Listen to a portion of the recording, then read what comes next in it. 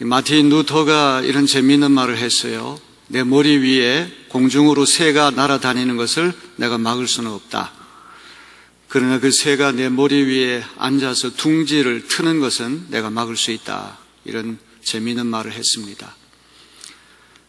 달리 표현한다면 사탄이 공중에서 우리를 삼키려고 그러고 우리를 헐뜯고 우리를 유혹하고 우리를 시련 속에 몰아넣는 것, 우리 힘으로 막을 길은 없지만 그 사탄이 우리 마음속에 들어와서 우리를 지배하고 우리를 조종하는 것, 그거는 우리가 막을 수 있을 것입니다. 코로나 바이러스가 장기화되면서 우리가 기가 빠진다는 말을 하죠. 무기력한, 침울한 그런 삶을 살 수가 있습니다. 교회 나오기도 싫고 성경 읽기도 싫고 기도하기도 싫고 만사가 다 귀찮습니다. 공부하는 학자가 어느 순간부터 책 읽는 것이 싫고 연구하는 것이 싫으면 보통 큰 문제가 아니죠. 사람은 누구나 다 마음 씀씀이를 어떻게 하는가에 따라 가지고 사탄에게 우리 몸, 우리 마음 전체를 내어놓고 무기력해질 수가 있습니다. 오늘 그런 이들은 에스겔서 37장 말씀을 잘 들으시고 그 무기력한 삶에서부터 벗어나 생명이 충만한 그런 삶을 살아내시기를 주님의 이름으로 기원합니다. 2020년도에 들어와서 제가 인물 중심의 설교를 하고 있습니다. 특별히 예언자, 선지자들에 대해서 쭉 살펴봤습니다. 엘리야, 엘리사, 이사야, 에레미야, 또 에스겔까지 오게 됐습니다. 에스겔에 대한 연속 설교를 할 때는 3차례 정도 하면 되겠다 싶었는데 지난주에 우리가 47장 말씀을 읽었습니다. 성전 문지방에서부터 졸졸졸 물이 흘러내려오더니만 그것이 발목을 적시고 무릎을 적시고 허리를 적시고 전신이 다 침수될 만큼 거대한 강물이 되고 대양 그 바다까지 흘러들어가고 죽은 바다인 사해까지 흘러들어가서 고기가 살 수 없는 그러한 사해가 물고기가 많이 생겨나서 어부들이 그물을 던져서 물고기 잡기에 바쁘다. 이런 생생한 비전을 우리가 들었습니다. 이스라엘 백성들이 포로 생활을 마치고 예루살렘에 돌아갈 터인데 국가, 민족, 도시가 재건되기 전에 성전이 먼저 재건될 것이다. 먼저 성전 문지방에서부터 생명과 치유의 말씀이 흘러나와서 이스라엘 민족을 살리고 고치고 풍요롭게 할 것이다. 그런 놀라운 비전을 우리가 들었습니다. 에스겔서의 또 하나 아주 귀중한 비전이 바로 에스겔서 37장입니다. 47장과 37장 에스겔서를 읽을 때 절대로 놓쳐서는 아니 될 굉장히 중요한 두 군데임을 우리는 잊지 말아야 됩니다. 에스겔서만큼 신비한 책이 없습니다. 하나님께서 놀랍고도 신비한 환상을 자주 보여주시고 또 아주 이상한 퍼포먼스, 이상한 의식을 계속하게 만드십니다. 그것이 굉장히 신비한 그런 말씀이긴 하지만 우리가 얼마든지 해독이 가능한 그런 말씀이 아닌가 싶습니다. 솔로몬 임금이 세상을 떠난 다음에 남북 분열 왕국 시대가 열렸습니다. 남왕국을 유다 왕국이라 부르고 북왕국을 이스라엘이라고 불렀습니다. 유다 민족, 이스라엘 민족 다 똑같은 말인데 남북 분열 왕국 시대가 시작된 다음부터는 사실 유다인 그러면 남쪽 사람 말하고 이스라엘 사람 그럼 북쪽 사람 말하는 거예요. 북이스라엘이 10개 지파가 모조리 그쪽으로 넘어가서 사마리아가 수도가 됐습니다. 이스라엘의 초대 임금 사울 임금을 배출한 베냐민 지파, 2대 임금인 다윗 왕을 배출한 유다 지파, 두 지파가 중심이 돼서 솔로몬 임금의 아들인 르호보암이 남유다 왕국의 초대 임금이 됐습니다. 예루살렘이 수도였습니다. 북왕국 이스라엘은 주전 722년에 아시리아, 아수르 제국에 의해서 멸망당했습니다. 마침내 남유다 왕국도 주전 586년에 바벨론 제국의 느부갓네살 임금이 쳐들어와서 예루살렘 성전이 무너지고 성벽이 괴멸되고 시드기야라고 하는 이 마지막 임금은 자기 두 눈으로 지켜보는 가운데 왕자들이 무참히 학살을 당했고 뽑힌 장님이 되어서 쇠사슬의 굴비처럼 엮여 바벨론의 포로로 잡혀갔습니다. 바벨론 제국이 쳐들어올 때 곧바로 유다가 무너진 것이 아니라 1차, 2차, 3차, 3차 침공 때 완전히 예루살렘이 함락되고 이스라엘이라고 하는 국가는 지도책에서, 역사책에서 사라지게 된 것입니다. 에스겔이라고 하는 사람은 제사장 가문의 후예인데 나이 25살 때 바벨론 제국의 2차 침공 때 10,000여 명 정도가 바벨론의 포로로 잡혀갈 때 포로로 잡혀간 사람입니다. 텔라비브. 하필이면 바벨론 제국에서 이스라엘 포로들이 집단 고류 생활을 했던 포로 주둔지가 델라비브라고 하는 곳인데, 이스라엘 사람들이 역사의식이 얼마나 강한지 이스라엘 수도 이름을 텔라비브 그렇게 말했다고 하는 것은 상당히 의미가 있는 것이죠. 포로 5년 차 때 하나님께서 에스겔을 불러주셨어요. 하나님의 시대가 암울한 가운데에도 비밀 병기를 숨겨두셨다가 때가 되면 그 비밀 경기를 끄집어내서 하나님의 귀한 사역에 들어 쓰시는 줄로 믿습니다. 제사장이라고 하는 이 직책이라고 하는 것은 상당히 안정된 생활이고 존경받는 생활인데, 선지자의 생활이라고 하는 것은 굉장히 고달픈 생활이고 가시밭길과 같은 생활입니다. 그래서 하나님 주시는 말씀을 그대로 순전하게 전해야 되기 때문에, 어떨 때는 그 말씀이 심판의 말씀이기 때문에 사람들이 듣기를 싫어합니다. 사람들이 분노합니다. 잡아 죽이려고 합니다. 여러분, 우리 목회자들이 하나님 말씀을 전할 때 청중들이 이렇게 잘 듣고는 좋아하고 인기 있는 그런 메시지만 전하려고 해서는 안 된다고 저는 생각합니다. 얼마나 청중들이 인기 있게 그 설교자의 말씀 반응하느냐, 이게 중요한 것이 아니라 말씀을 주시는 분에게 얼마나 헌신하고 충성하느냐, 이것이 훨씬 더 중요한 문제인 줄로 믿습니다.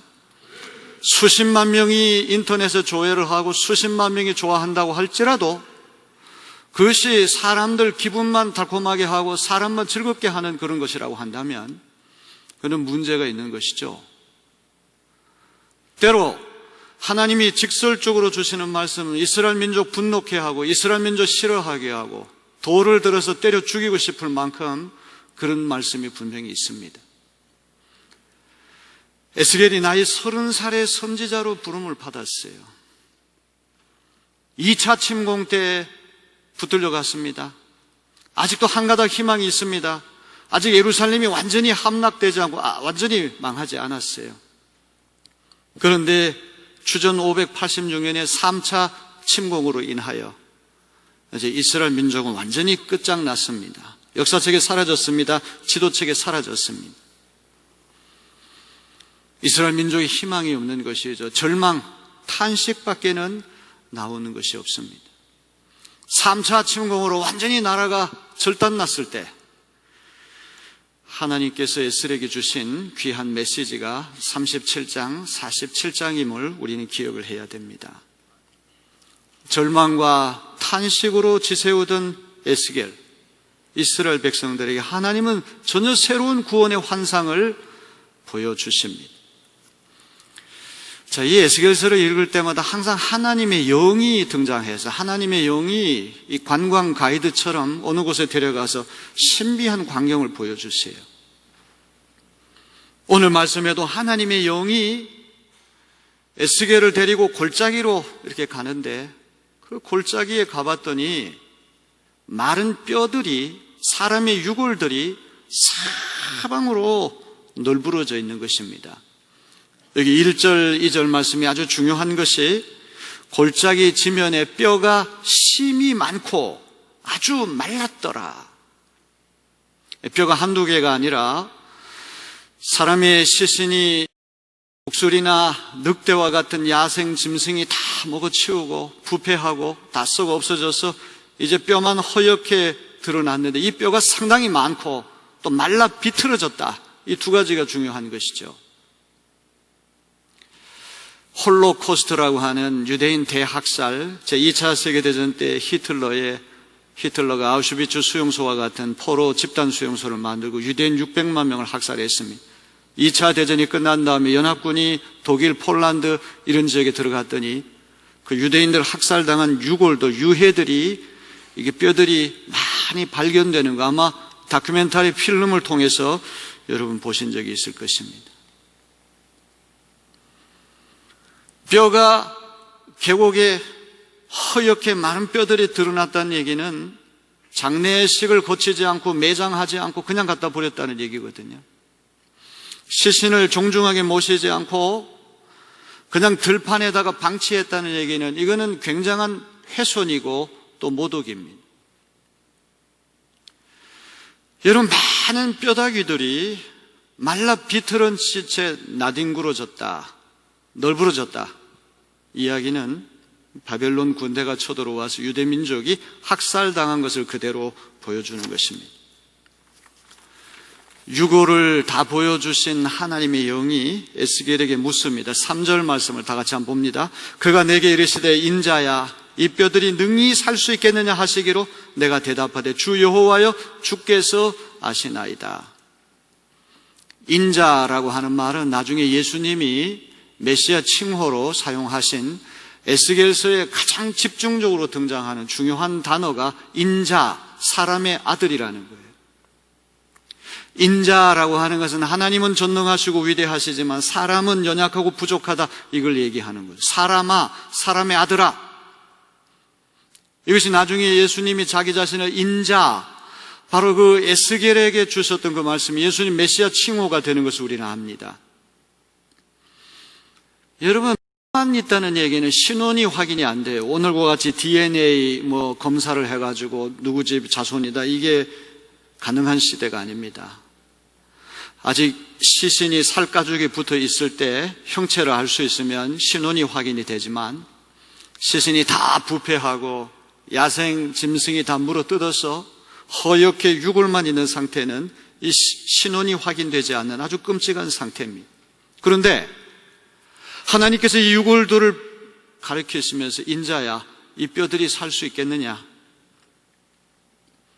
엘리사도 죽은 사람을 살린 적이 있습니다. 그래서 죽은 지 얼마 되지 않았거든요. 아직도 살갗이 다 붙어있는 상태에서 살렸는데 이건 죽은 지 오래돼서 이 피부 가죽은 다 어디로 사라지고 유골만, 뼈다귀만 있는데 이거 살 수 있겠느냐. 참 어려운 문제가 아닙니까? 에스겔이 뭐라고 대답합니까? 주 여호와여 주께서 아십니다. 이건 주님만이 아십니다. 영어 성경에 이렇게 되어 있어요. Only you, only the Lord. 오직 주님만이 아십니다. 자, 이 말씀을 연구하고 묵상하면서 굉장히 제가 속으로 웃었습니다. 야, 에스겔이 굉장히 영리한 사람이구나. 못 삽니다. 삽니다. 이렇게 얘기하지 않고 주님만이 아십니다. 얼마나 영락스러운 대답입니까? 하나님은 신명기 32장 39절에 보면 이제는 나 곧 내가 그인 줄 알라. 나 외에는 신이 없도다. 나는 죽이기도 하며 살리기도 하며 상하게도 하며 낫게도 하나니 내 손에서 능히 빼앗을 자가 없도다. 하나님은 생사, 여탈권, 삶과 죽음을 주시기도 하고 뺏기도 하는 권세를 가지신 하나님이란 말이에요. 에스겔이 적어도 지식으로는 하나님은 죽은 자를 살릴 수 있는 하나님이시고 뼈도 살릴 수 있는 하나님이다. 지식으로는 알지만 믿음은 없는 것이죠. 주님만이 아십니다. 이 얘기는, 주님만이 아신다는 얘기는 주님은 할 수 있는 분이긴 하지만 제가 아직까지 그 단계 믿음까지는 제가 갖지 못했습니다. 이런 이야기가 아니겠습니까? 자, 그랬더니 모호한 대답을 한 에스겔에게 하나님 영이 뭐라고 말씀하니까 4절, 6절 말씀을 다 같이 볼까요? 또 내게 이르시되 너는 이 모든 뼈에게 대언하여 이르기를 너희 마른 뼈들아 여호와의 말씀을 들을지어다. 주 여호와께서 이 뼈들에게 이같이 말씀하시기를 내가 생기를 너희에게 들어가게 하리니 너희가 살아나리라. 너희 위에 힘줄을 두고 살을 입히고 가죽으로 덮고 너희 속에 생기를 넣으리니 너희가 살아나리라. 또 내가 여호와인 줄 너희가 알리라 하셨다 하라. 의학을 공부하는 의학도들이 인체 해부학이라고 하는 공부할 때 에스겔서 37장을 이제 이 인체 해부학에 대한 이야기, 수천 년 전에 이 인체 해부, 사람의 신체를 그대로 해부해서 이렇게 보여주는 것과 같은 그런 생각을 우리가 하게 됩니다. 하나님께서 에스겔에게 뭐라고 말씀하십니까? 마른 뼈들에게 하나님 말씀을 대신 전하라, 대언하라.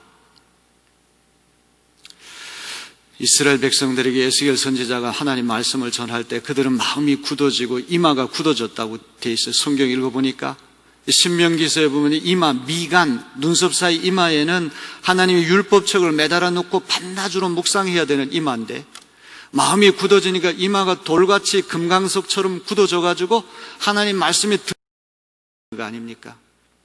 그래도 살아있는 사람은 들을 수 있는 귀가 있고 깨달을 수 있는 마음, 마른 뼈다귀들은 귀도 없고 마음도 없어요.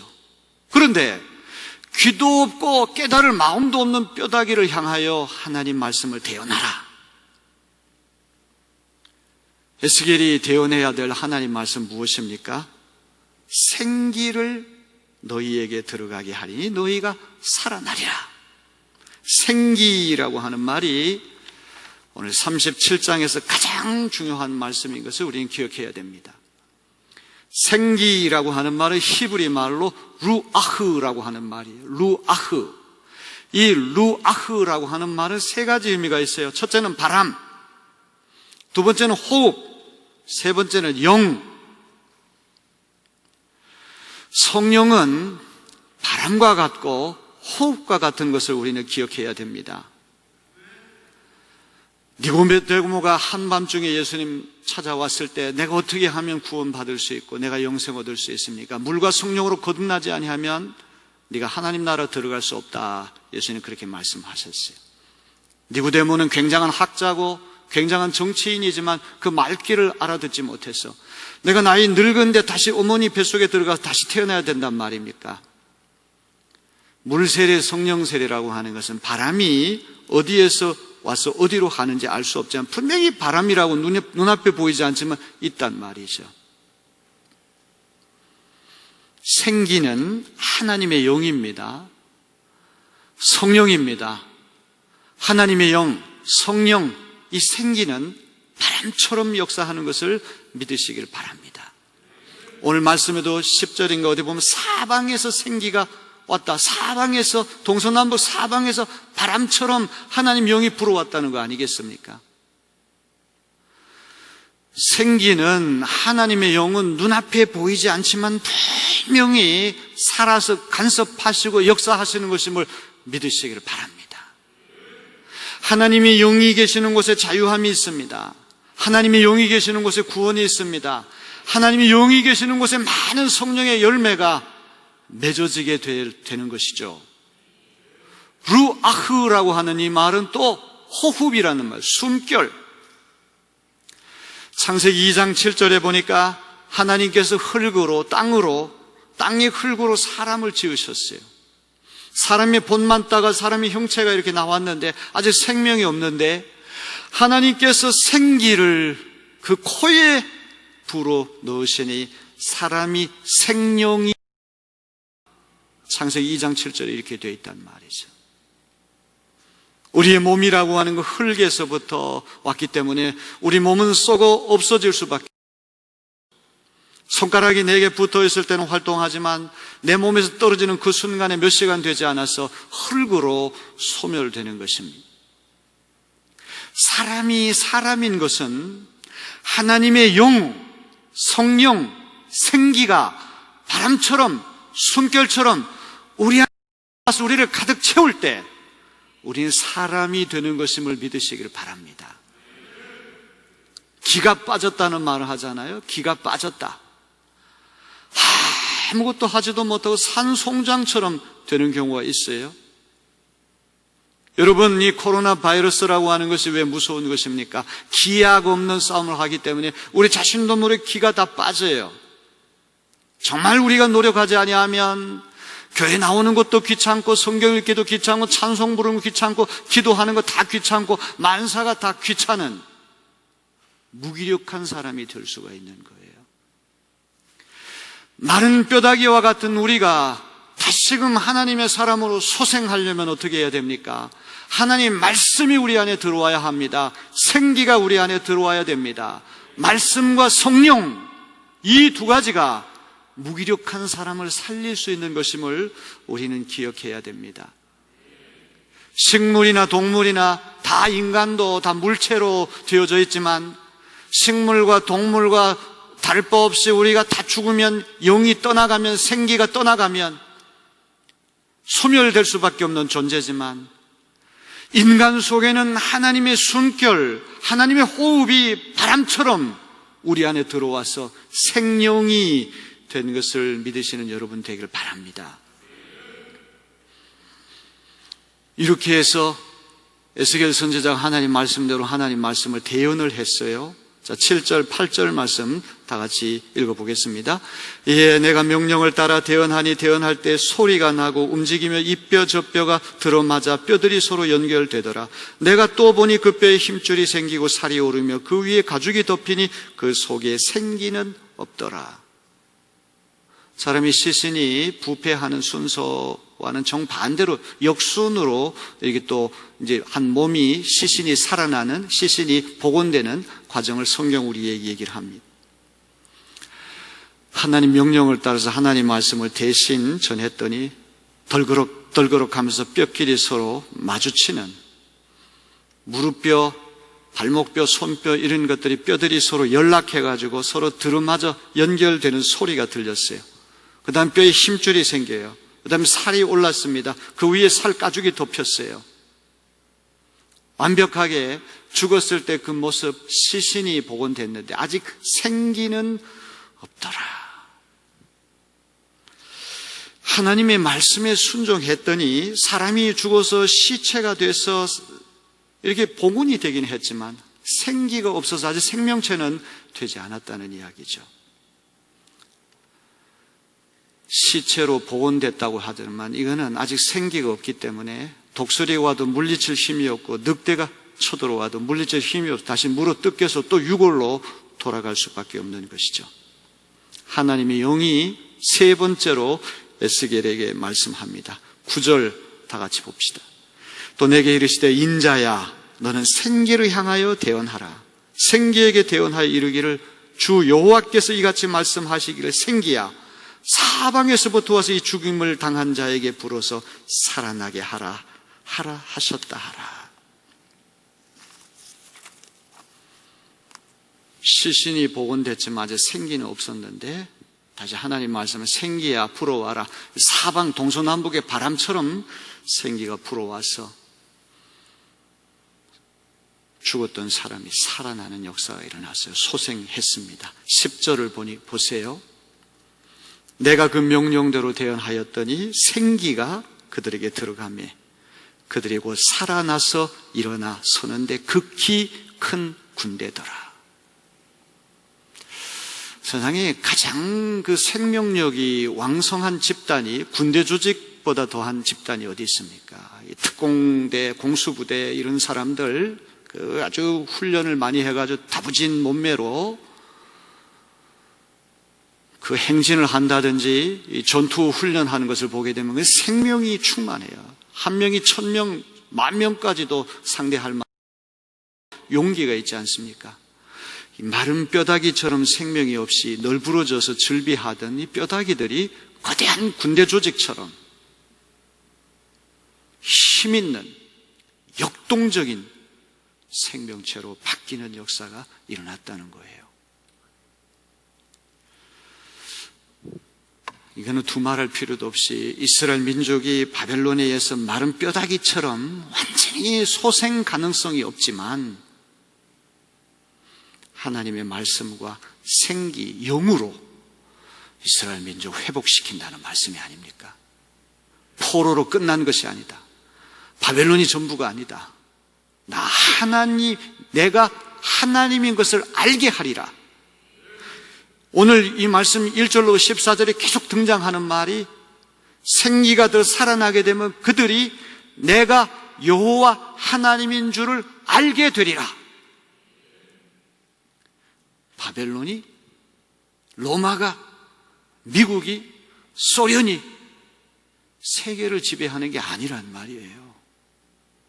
어떤 사람이 강력한 힘을 가졌다, 그 사람이 세상을 지배하는 것이 아니라 마른 뼈다귀와 같이 소생 가능성이 없는 절망 상태라고 할지라도 거기에 하나님 말씀이 들어가고 생기가 들어가게 되면 거대한 군대 조직처럼 활발한, 생명력이 충만한, 약동하는 생명 집단이 이스라엘 국가, 이스라엘 민족이라고 하는 새 역사가 소생하게 될 것이다. 이걸 보여주는 것이죠. 11절로부터 14절이가 무덤의 비유를 써요. 이스라엘 민족이 지금 바벨론이라고 하는 거대한 무덤 속에 들어가 있는 시신과 다를 바가 없지만 하나님은 그 바벨론이라고 하는 무덤을 열어 젖히고 이스라엘 민족을 끌어내서 반드시 고국으로 돌아가게 할 것이다. 어떻게 됐습니까? 포로 생활 70년 정도 되니까 절대로 해가 지지 않을 것 같은 바벨론 제국이 망하고 페르시아, 새로운 중동의 패권국가 페르시아, 바사, 성경은 바사라고 되어 있는데 이 바사의 새로운 임금이 포로에게 우호 정책을 써서 다시 고국으로 돌아가게 했어요. 이게 그 유명한 포로 귀환, 에스라, 느헤미야, 스룹바벨 이런 지도자들이 포로 생활을 마치고 다시 예루살렘에 가서 예루살렘 성전을 복원하고 느헤미야는 52일 만에 성벽을 다시 재건해서 국가의 꼴을 갖추고 거기에 다시 족보를 다 따져봐서 정통성이 있는 사람들은 골라가지고 다시 예루살렘에 집단 인구 배치를 하는 이야기. 지도책의 흔적도 없이 사라졌던 이스라엘이 다시 복원되는 역사가 일어나지 않았습니까? 여러분, 이 이야기는 황당한 이야기가 아니에요. 오늘 코로나 바이러스 시대에 하나님께서 이 말씀을 통해 우리에게 주시려고 하는 메시지는 무엇일까요? 영혼이 살아나야 할 줄로 믿습니다. 아무리 운동을 많이 해가지고 다부지고 태권도가 몇 단이고 합계도가 몇 단이라고 할지라도 생기가 떠나가면 살았다는 이름은 가졌으나 실상은 죽은 자가 되고 마는 것입니다. 설상 내 몸에 병이 있다고 할지라도 생기가 충만하게 되면 눈빛이 살아있고 그 사람 반드시 소생하는 역사가 일어나게 될 줄로 믿습니다. 어려운 시기에 이런 핑계 저런 핑계를 대면서 우리도 모르게 무기력하게 됐습니다. 여기서부터 우리는 빠져나와야 할 것입니다. 어떻게 빠져나옵니까? 하나님 말씀을 사모하는 마음을 달라고 기도해야 돼요. 다시 말씀으로 돌아가야 되고 생기가 충만해야 됩니다. 분명히 바람이라고 하는 것이 어디서 어떻게 부는지 알 수 없지만 분명히 지금 이 시간에도 바람은 불고 있어요. 성령의 생기가 오늘 여러분 안에 충만하게 되기를 주님의 이름으로 기원합니다.